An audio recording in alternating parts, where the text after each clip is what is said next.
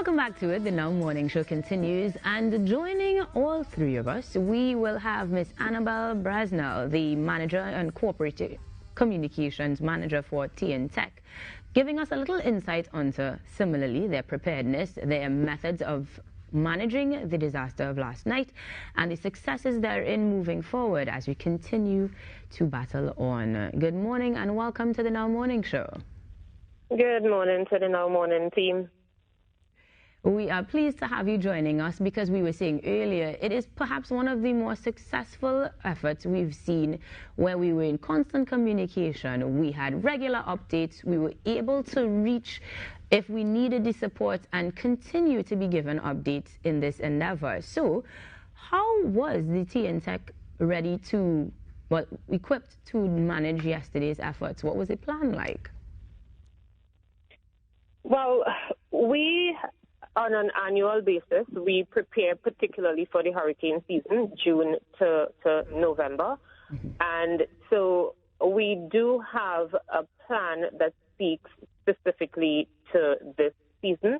On Monday evening, we activated our central command center, which is led by our general manager, and that command center operated virtually for the period. And we started putting our technical as well as customer and commercial operations plan in place. So we would have then had all our crews on standby. We had approximately just under 30 crews that would have been ready to go out on the ground at any point in time during this season. And when we plan for crews that can take us over an extended period, because you have one crew, they work, then they rest, and then another crew comes in. You would note that we would have closed our service centers at 2 p.m. yesterday in order for us to give our staff time to go home to prepare, as well as to allow our customers time to prepare as well.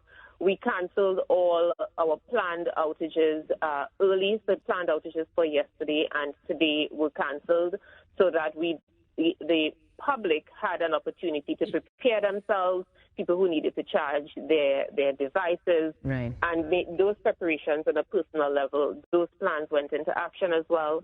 Our call center, which normally operates, which is our 2800 numbers, we supplemented those by activating 2 additional hotlines and expanded our call center network. So we had much more staff on duty last night to be able to take calls, because we anticipated a high volume of calls coming in.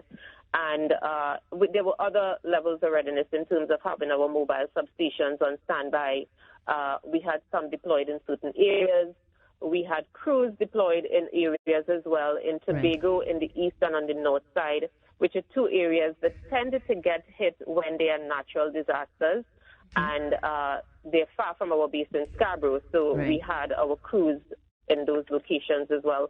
So there were quite a number of activities that took place to prepare for the tropical storm that thankfully did not materialize. We absolutely saw that. Now, before we get into the responses and perhaps updates on those responses, in terms of the supplemental staff, even for the call centers, how long will those remain in effect if they still do, or how long will they employed for? Granted that we may still have in future inclement weather the need to call those centers. Is that something we still have as an option right now? Supplemental staff are actually staff from the commission that we just redeployed. So that additional support, we would have discontinued some at 11 p.m. and we discontinued the rest at 6 a.m.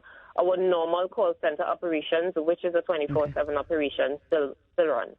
All right. So usual numbers being used if we should need that support. 800 T-TEC and 800 bulk, those numbers still apply.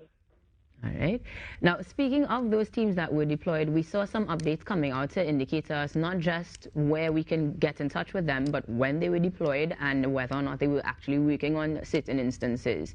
Any updates therein in terms of perhaps resolution or still having work in progress?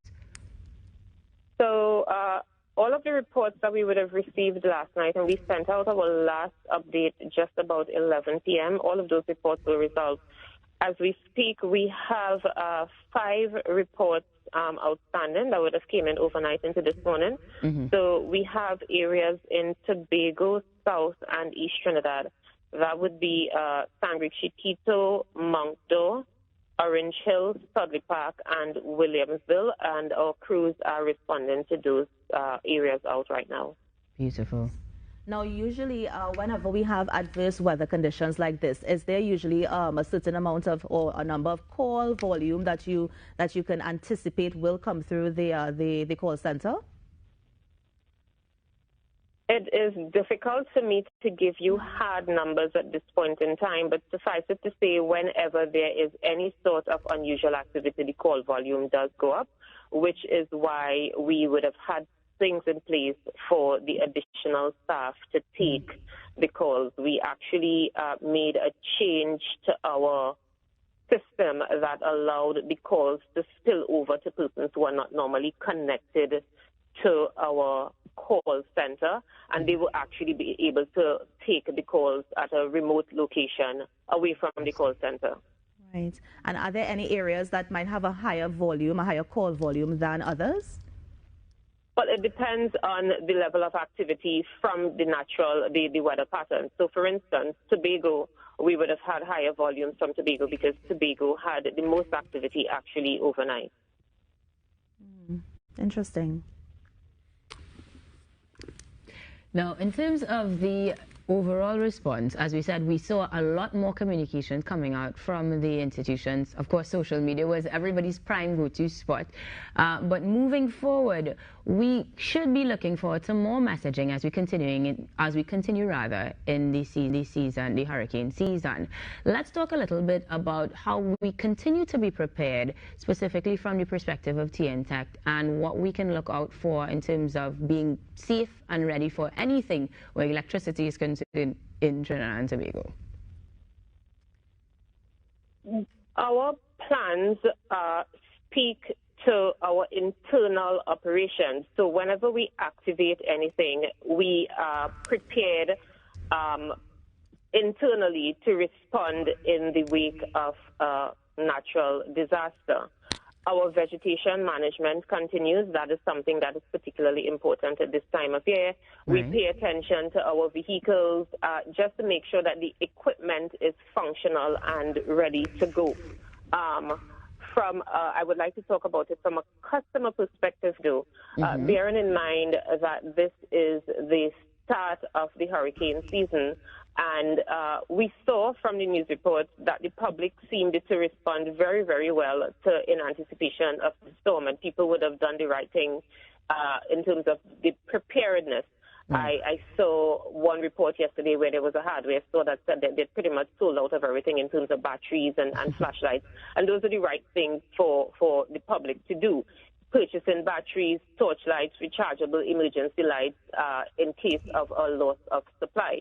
Because remember, if the weather pattern hits and it affects our system, most of our lines are overhead. And so if weather affects poles, lines, there are heavy winds, there are trees, there's flooding, there are landslides, you could have a loss of supply, and then we have to go out and restore. So customers, the public need to prepare for that eventuality. And as it gets closer to an actual incident, so when you go into a warning situation, you keep an alert on the weather, follow, of course, your weather updates. And if it becomes necessary in your area for you to, turn off the panel in your home. So, for instance, if there's flooding and flood waters are rising and you see the possibility of your plugs being covered by water, it is recommended that you turn off at the breaker point, the breaker for those plugs, because once water crosses your outlet, then the water could be electrified, and anybody walking in flood waters could end up seriously harmed. So we recommend not walking in flood waters, especially if you don't know what is happening with your electricity supply. But a preventative measure would be to take off those things at the panel box if you see flood waters rising. Ms. Brasnell, I just want to take a moment to say thank you to you and the entire staff at T&TEC for the great work that you guys did, especially with communicating with the public overnight. I know that lots of people were very grateful to have, in progress things and knowing what was going on the ground when it was happening, and all the reports that came in, they were very grateful to be able to have responses so quickly. So thank you guys very much for the work, and please keep it up. We do appreciate it. Thank you. Once we have the information and we can provide you with an update, we will be able to provide you with an update. All things being equal, because we are aware of what we are doing and the teams and the crews that are on the ground, it's a little easier to provide you with information on the restoration efforts in a situation like that. Yes, I'm very grateful for it. Thank you so much for joining us this morning and sharing with us. Thank you. All right, that's Annabelle Brasnell, the manager of corporate communications at T&TEC, joining us to let us know, some of the outages that happen, some of the systems that they have in place, and what you can do to do your part in being prepared if a situation like this is to occur again. Remember, we are still in the rainy season, we are still in the hurricane season, and chances are we're going to end up in a situation like this again, and I ask you to please deal with it as urgently as you dealt with last night and as prepared as you were for last night. You can be even more prepared next time it comes around. We'll take a quick break and we come back with more inside in our morning show. Stay tuned. Good day.